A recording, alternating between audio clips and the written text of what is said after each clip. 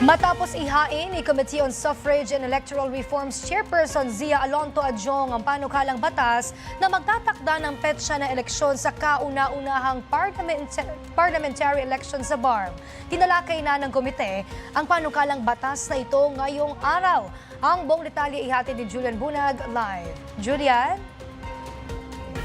Princess, binusisi na ng Committee on Suffrage and Electoral Reform ang panukalang batas na magtatakda ng petsa sa unang eleksyon sa BARM.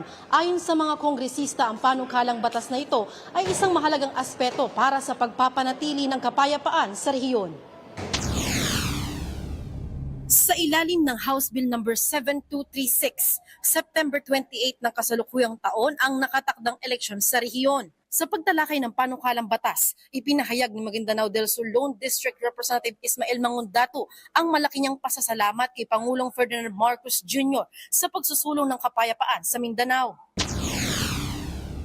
This representation is grateful and appreciative of the efforts of the Philippine government under the past administration and during this administration of His Excellency President Ferdinand Bongbong Marcos Jr. If it were not for the President Marcos' strong political will to sustain the hard-earned peace in Mindanao and to usher in genuine change by checking the powers of entrenched local powerhouses. Ayon kay Commission on Election Chairperson George Erwin Garcia, ilan sa mga pagbabagong naipasa sa ilalim ng Bangsamoro Parliament ay ang none of the above na maaring i-shade ng mga botante sa kanilang balota. Pero paglilinaw din ng COMELEC Chairperson. Kasi po, baka malito yung mga kababayan natin. Bakit po?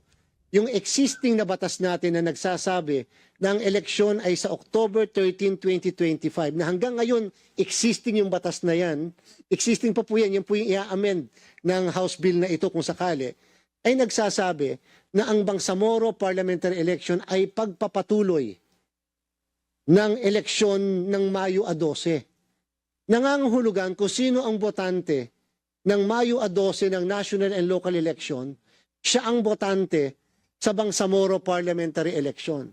Ang problema po namin, baka po kasi malito yung mga kababayan natin kung natuloy yung March 30 sapagkat magparehistro sila para sa barangay and SK, tapos pag pumunta sila sa presinto, hindi sila pabobotohin para sa Bangsamoro.